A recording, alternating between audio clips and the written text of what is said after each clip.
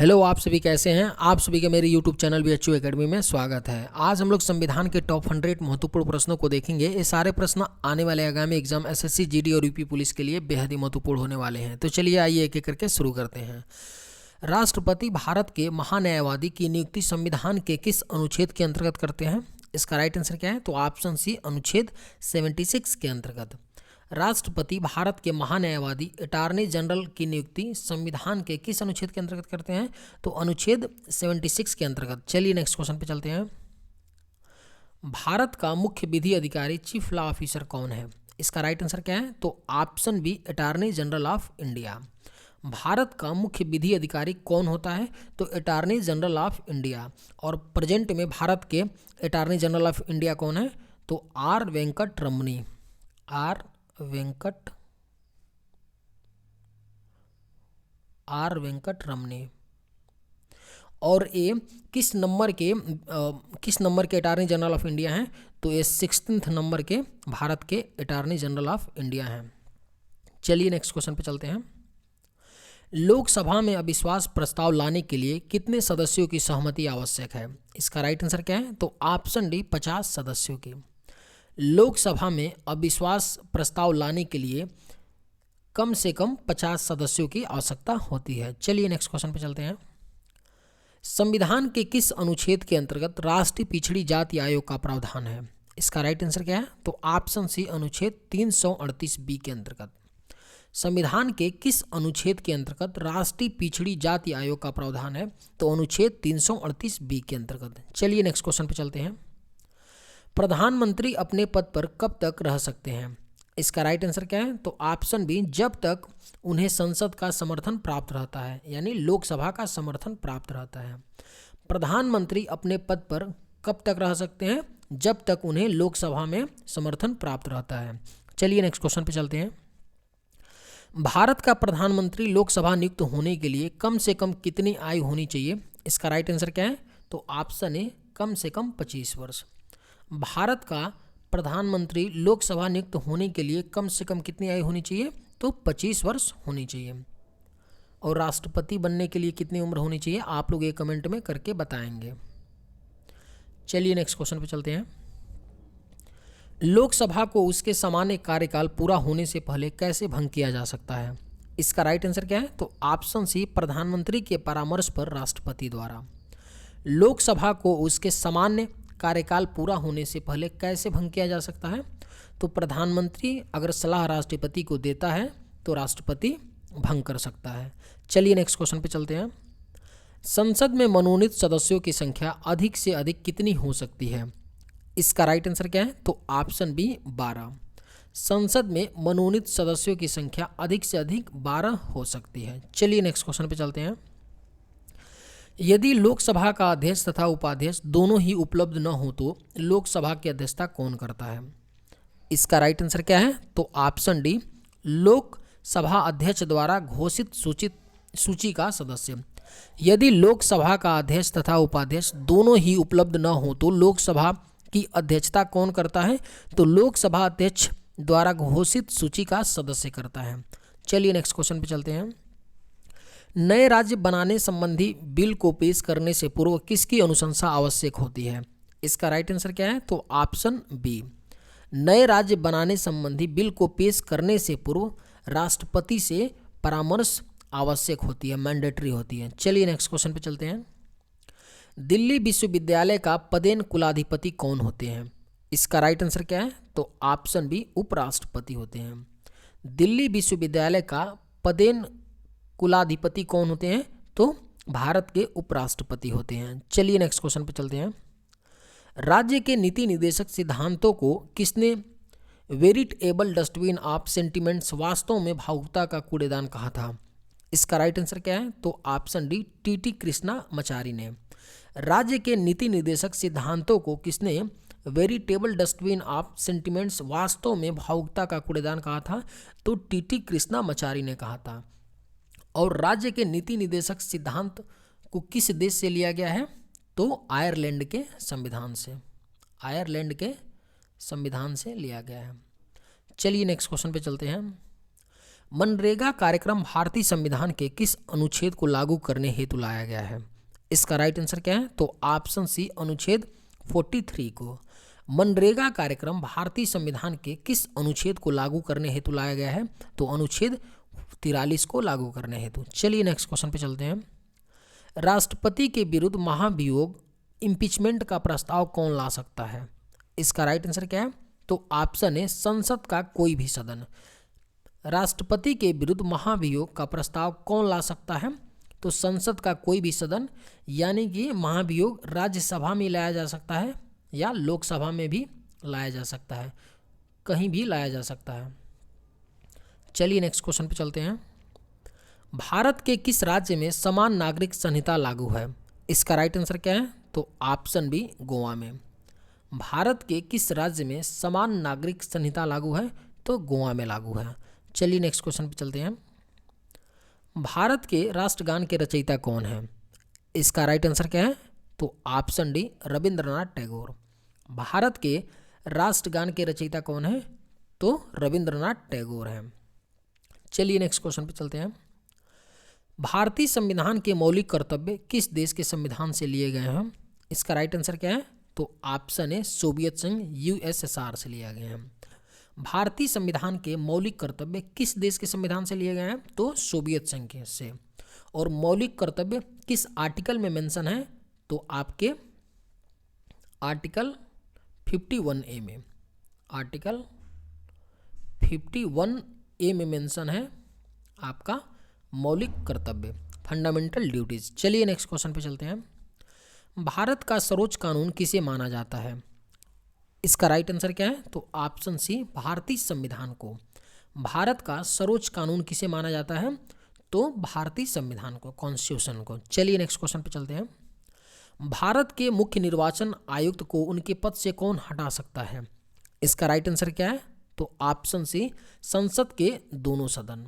भारत के मुख्य निर्वाचन आयुक्त को उनके पद से कौन हटा सकता है? तो संसद के दोनों सदन। चलिए नेक्स्ट क्वेश्चन पे चलते हैं। भारत में सबसे पुराना उच्च न्यायालय कौन सा है? इसका राइट आंसर क्या है? तो ऑप्शन डी कलकत्ता उच्च न्यायालय। भारत में सबसे पुराना उच्च न्यायालय कौन सा है? तो कलकत्ता उच्च न्यायालय है। चलिए नेक्स्ट क्वेश्चन पे चलते हैं। उच्च न्यायपालिका की पहली मुस्लिम महिला कौन थे? इसका राइट आंसर क्या है?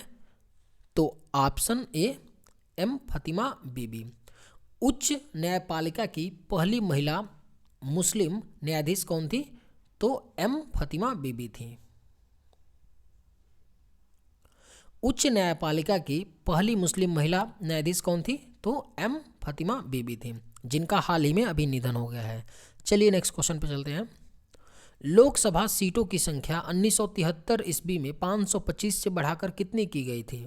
इसका राइट आंसर क्या है? तो ऑप्शन सी 545 की गई थी। लोकसभा सीटों की संख्या 1973 ईस्वी में 525 से बढ़ाकर 545 कर दी गई थी। चलिए नेक्स्ट क्वेश्चन पे चलते हैं। भारत के संविधान का कौन सा अनुच्छेद समान नागरिक कोड से संबंधित है? इसका राइट आंसर क्या है? तो ऑप्शन बी 44। भारत के संविधान का कौन सा अनुच्छेद समान नागरिक कोड से संबंधित है?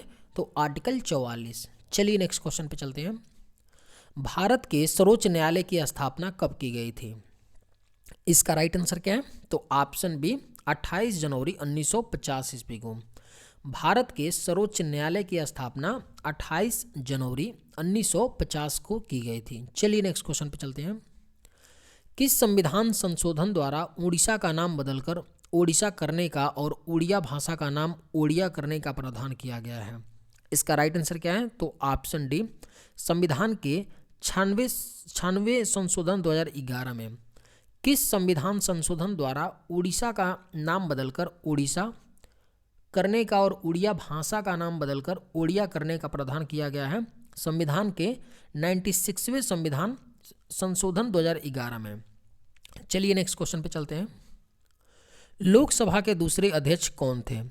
इसका राइट आंसर क्या है? तो ऑप्शन बी अनंत सैनम आयंगर थे। लोकसभा के दूसरे अध्यक्ष कौन थे? अनंत सैनम आयंगर थे। चलिए नेक्स्ट क्वेश्चन पे चलते हैं। राज्य की मंत्री परिषद सामूहिक रूप से किसके प्रति उत्तरदायी होती है? इसका राइट आंसर क्या है? तो ऑप्शन सी विधानसभा।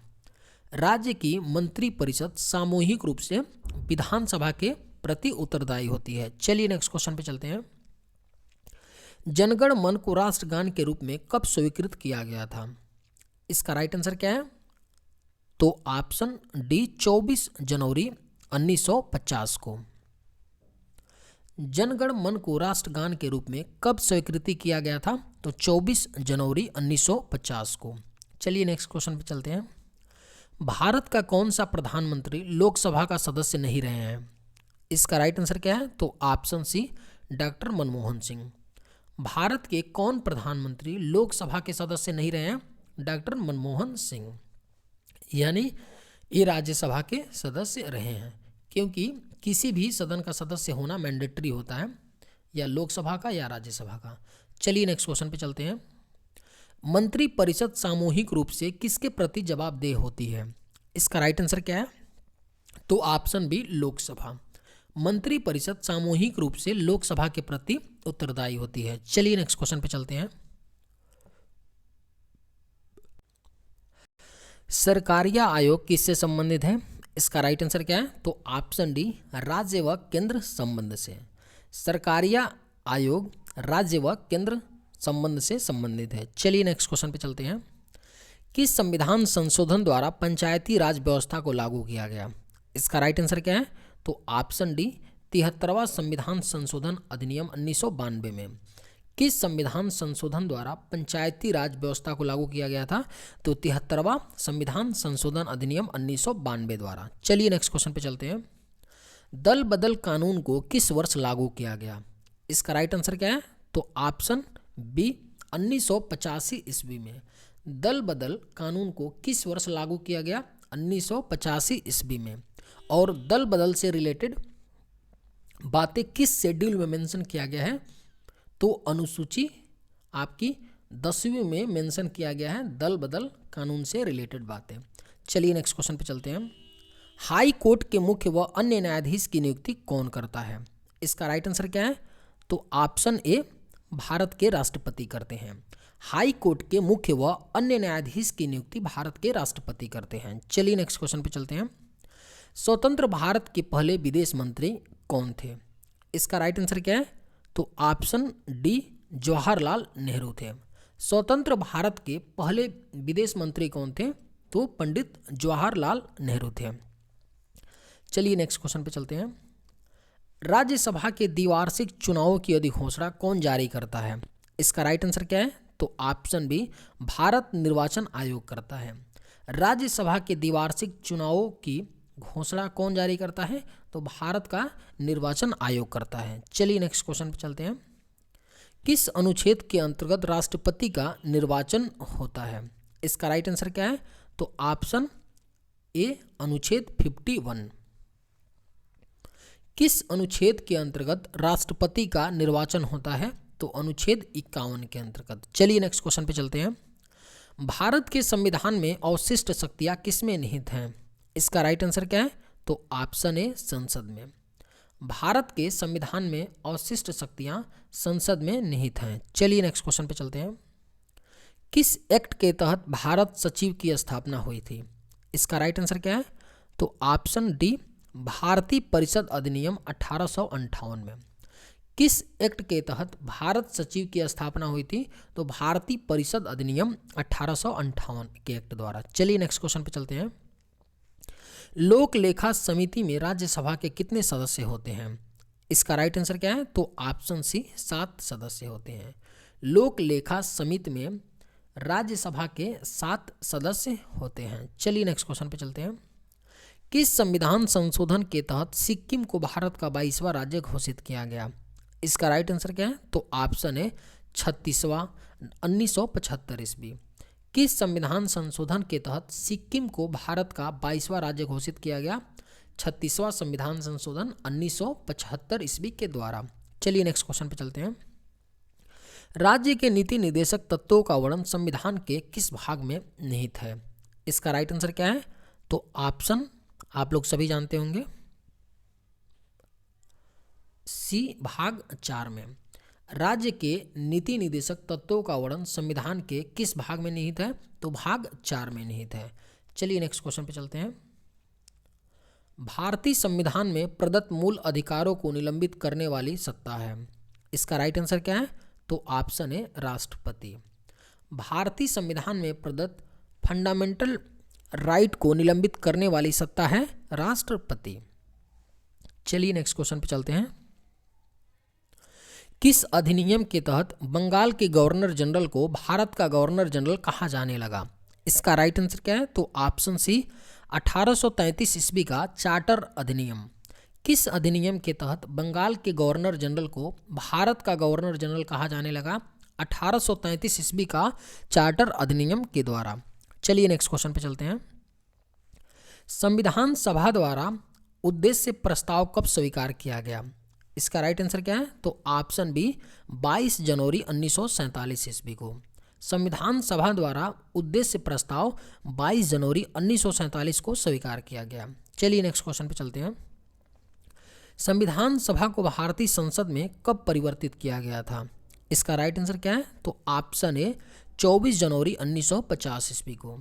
संविधान सभा को भारतीय संसद में कब परिवर्तित किया गया था? 24 जनवरी 1950 को। चलिए नेक्स्ट क्वेश्चन पे चलते हैं। यदि कोई व्यक्ति अपनी इच्छा से विदेशी राज्य की नागरिकता अर्जित कर लेता है तो उसकी भारतीय नागरिकता का क्या होता है? इसका राइट आंसर क्या है? तो ऑप्शन डी स्वतः समाप्त हो जाती है। यदि कोई व्यक्ति अपनी इच्छा से विदेशी राज्य की नागरिकता अर्जित कर लेता है तो उसकी भारतीय नागरिकता स्वतः समाप्त हो जाती है। भारत में ड्यूअल सिटीजनशिप का कंसेप्ट नहीं है जो अमेरिका में है। यानी अमेरिका का कोई भी व्यक्ति अमेरिका का भी सिटीजन हो सकता है और ब्रिटेन का भी सिटीजन हो सकता है, लेकिन भारत में ऐसा नहीं है। अगर आप अमेरिका का सिटीजनशिप ले लेते हैं, अमेरिका के नागरिक बन जाते हैं, तो भारत के आप नागरिक नहीं रहेंगे, स्वतः ही आपकी नागरिकता भारत की समाप्त हो जाएगी। चलिए नेक्स्ट क्वेश्चन पे चलते हैं। नए राज्यों का गठन किस अनुच्छेद के तहत किया जाता है? इसका राइट आंसर क्या है? तो ऑप्शन बी अनुच्छेद 3 के तहत। नए राज्यों का गठन किस अनुच्छेद के तहत किया जाता है? आर्टिकल 3 के द्वारा। चलिए नेक्स्ट क्वेश्चन पे चलते हैं। स्वतंत्र भारत के प्रथम लोकसभा अध्यक्ष कौन थे? इसका राइट आंसर क्या है? आप लोग सभी जानते होंगे, ऑप्शन डी गणेश वासुदेव मावलंकर। स्वतंत्र भारत के प्रथम लोकसभा अध्यक्ष कौन थे? तो गणेश वासुदेव मावलंकर थे। चलिए नेक्स्ट क्वेश्चन पे चलते हैं। भारतीय संविधान में किस संशोधन द्वारा नागरिकों के मौलिक कर्तव्यों को सम्मिलित किया गया है? बेहद ही महत्वपूर्ण क्वेश्चन है। इसका राइट आंसर क्या है? तो ऑप्शन बी 42वें संविधान संशोधन द्वारा। भारतीय संविधान में किस संशोधन द्वारा नागरिकों के फंडामेंटल ड्यूटीज को सम्मिलित किया गया है? 42वें संविधान संशोधन के द्वारा। और फंडामेंटल ड्यूटीज किस देश से लिया गया है? तो सोवियत संघ से लिया गया है, यूएसएसआर से लिया गया है। चलिए नेक्स्ट क्वेश्चन पे चलते हैं। संविधान का अनुच्छेद 356 किससे संबंधित है? इसका राइट आंसर क्या है? तो ऑप्शन ए किसी राज्य में राष्ट्रपति शासन लागू करने से। संविधान का अनुच्छेद 356 किसी राज्य में राष्ट्रपति शासन लागू करने से संबंधित है। चलिए नेक्स्ट क्वेश्चन पे चलते हैं। राष्ट्रपति कितने समय अंतराल के पश्चात वित्त आयोग का गठन करता है? इसका राइट आंसर क्या है? तो ऑप्शन सी प्रत्येक 5 वर्ष के पश्चात। राष्ट्रपति कितने समय अंतराल के पश्चात वित्त आयोग का फाइनेंस कमीशन का गठन करता है? तो प्रत्येक 5 वर्ष के अंतराल पे। चलिए नेक्स्ट क्वेश्चन पे चलते हैं। संयुक्त संसदीय समिति का अध्यक्ष मनोनय किसके द्वारा किया जाता है? इसका राइट आंसर क्या है? तो ऑप्शन डी लोकसभा अध्यक्ष द्वारा। संयुक्त संसदीय समिति के अध्यक्ष का मनोनय लोकसभा अध्यक्ष द्वारा किया जाता है। चलिए नेक्स्ट क्वेश्चन पे चलते हैं। संविधान सभा की झंडा समिति के अध्यक्ष कौन थे? इसका राइट आंसर क्या है? तो option B doctor Rajendra Prasad. संविधान सभा की झंडा समिति के अध्यक्ष कौन थे? डॉक्टर राजेंद्र प्रसाद थे। चलिए नेक्स्ट क्वेश्चन पे चलते हैं। संविधान का प्रथम वाचन कब हुआ था? इसका राइट आंसर क्या है? तो ऑप्शन सी 4 से 9 नवंबर 1948 ईस्वी को। संविधान का प्रथम वाचन कब हुआ था? तो 4 से 9 नवंबर 1948 के बीच हुआ था। चलिए नेक्स्ट क्वेश्चन पे चलते हैं। लोकसभा के निर्वाचन क्षेत्रों का परिसीमन कौन करता है? इसका राइट आंसर क्या है? तो ऑप्शन बी परिसीमन कमीशन करता है। लोकसभा के निर्वाचन क्षेत्रों का परिसीमन कौन करता है? परिसीमन आयोग करता है। चलिए नेक्स्ट क्वेश्चन पे चलते हैं। वर्तमान लोकसभा में सीटों का आवंटन निम्नलिखित में से कौन सी जनगणना पर आधारित है? इसका राइट आंसर क्या है? तो ऑप्शन है 1971। वर्तमान में लोकसभा में सीटों का आवंटन निम्नलिखित में से कौन सी जनगणना पर आधारित है? तो 1971। और अभी जो सीटों की संख्या है वो 2026 तक ज्यों की त्यों रहेगी। चलिए नेक्स्ट क्वेश्चन पे चलते हैं।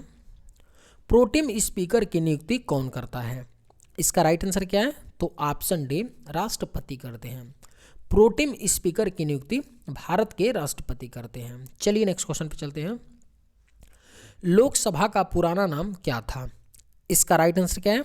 तो ऑप्शन है house of the people. Lok Sabha का पुराना नाम क्या था? House of the people. चलिए नेक्स्ट क्वेश्चन पे चलते हैं। राज्यसभा के लिए नामित की गई प्रथम महिला फिल्म स्टार कौन थी? इसका राइट आंसर क्या है? तो ऑप्शन डी, नरगिस दत्त थी। राज्यसभा के लिए नामित की गई प्रथम महिला फिल्म स्टार कौन थी? तो नरगिस दत्त थी। चलिए नेक्स्ट क्वेश्चन पे चलते हैं। राज्यसभा का पहली बार गठन कब हुआ था? इसका राइट आंसर क्या है? तो ऑप्शन ए, 3 अप्रैल 1952 ईस्वी में। राज्यसभा का पहली बार गठन 3 अप्रैल 1952 ईस्वी में हुआ था। चलिए नेक्स्ट क्वेश्चन पे चलते हैं। संसद का सदस्य न होते हुए भी कौन संसद की कार्यवाहियों में अधिकतरता भाग ले सकता है? इसका राइट आंसर क्या है? तो ऑप्शन सी, भारत का महान्यायवादी। संसद का सदस्य न होते हुए भी कौन संसद की कार्यवाहियों में भाग ले सकता है? तो भारत का महान्यायवादी। चलिए नेक्स्ट क्वेश्चन पे चलते हैं। राज्यसभा के सदस्यों का कार्यकाल किसके द्वारा निश्चित किया गया है? इसका राइट आंसर क्या है? तो ऑप्शन बी, संविधान द्वारा अनुच्छेद 83 द्वारा। राज्यसभा के सदस्यों का कार्यकाल किसके द्वारा निश्चित किया गया है? संविधान द्वारा अनुच्छेद 83। चलिए नेक्स्ट क्वेश्चन पे चलते हैं। सार्वजनिक निधि का अभिभावक किसे माना जाता है? इसका राइट आंसर क्या है? तो ऑप्शन सी, नियंत्रक एवं महालेखा परीक्षक को। सार्वजनिक निधि का अभिभावक किसे माना जाता है? नियंत्रक एवं महालेखा परीक्षक को। चलिए नेक्स्ट क्वेश्चन पे चलते हैं। भारत की संप्रभुता किसमें निवास करती है? इसका राइट आंसर क्या है? तो ऑप्शन सी, भारत की जनता में। भारत की संप्रभुता भारत की जनता में निवास करती है। चलिए नेक्स्ट क्वेश्चन पे चलते हैं। गणतंत्र के रूप में भारत का जन्म हुआ था। इसका राइट आंसर क्या है? तो ऑप्शन बी, 26 जनवरी 1950 ईस्वी को। गणतंत्र के रूप में भारत का जन्म 26 जनवरी 1950 को हुआ था। चलिए नेक्स्ट क्वेश्चन पे चलते हैं। राज्य सरकार का प्रथम विधि अधिकारी कौन होता है? इसका राइट आंसर क्या है? तो ऑप्शन है अटॉर्नी जनरल। राज्य सरकार का प्रथम विधि अधिकारी अटॉर्नी जनरल होता है। चलिए नेक्स्ट क्वेश्चन पे चलते हैं। संसदीय विशेषाधिकार से क्या अभिप्राय है? इसका राइट आंसर क्या है? तो ऑप्शन बी, सांसदों को प्राप्त विशेषाधिकार। संसदीय विशेषाधिकार प्रिविलेजेस से क्या अभिप्राय है? तो सांसदों को प्राप्त विशेषाधिकार। जैसे प्रिविलेजेस सांसदों को क्या प्राप्त होते हैं कि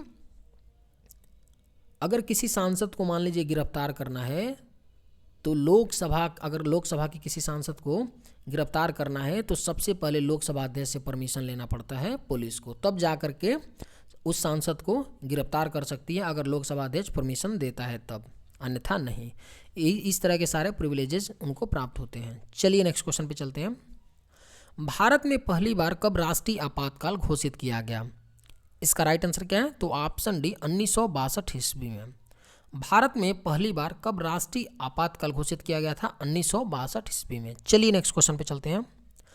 किस संविधान संशोधन में उच्च न्यायालयों के न्यायाधीशों की आयु 60 वर्ष से बढ़ाकर 62 वर्ष कर दी गई? इसका राइट आंसर क्या है? तो ऑप्शन बी, 15वां 1963 ईस्वी में। किस संविधान संशोधन में उच्च न्यायालयों के न्यायाधीशों की आयु 60 वर्ष से बढ़ाकर 62 वर्ष कर दी गई? 15वां संविधान संशोधन 1963 के द्वारा। चलिए नेक्स्ट क्वेश्चन पे चलते हैं। भारत में व्यय का लेखा तैयार करने का उत्तरदायित्व किसका है? इसका राइट आंसर क्या है? तो ऑप्शन ए, महालेखाकार अकाउंटेंट जनरल की। भारत में व्यय का लेखा तैयार करने का उत्तरदायित्व महालेखाकार की होती है। चलिए नेक्स्ट क्वेश्चन पे चलते हैं। भारत की पहली व एकमात्र महिला मुख्य चुनाव आयुक्त कौन थी? इसका राइट आंसर क्या है? तो ऑप्शन सी वी.एस. रामा देवी। भारत की पहली व एकमात्र महिला मुख्य चुनाव आयुक्त कौन थी? वी.एस. रामा देवी थी। चलिए नेक्स्ट क्वेश्चन पे चलते हैं। क्षेत्रफल की दृष्टि से सबसे छोटा संसदीय निर्वाचन क्षेत्र कौन सा है? इसका राइट आंसर क्या है? तो ऑप्शन ए चांदनी चौक दिल्ली।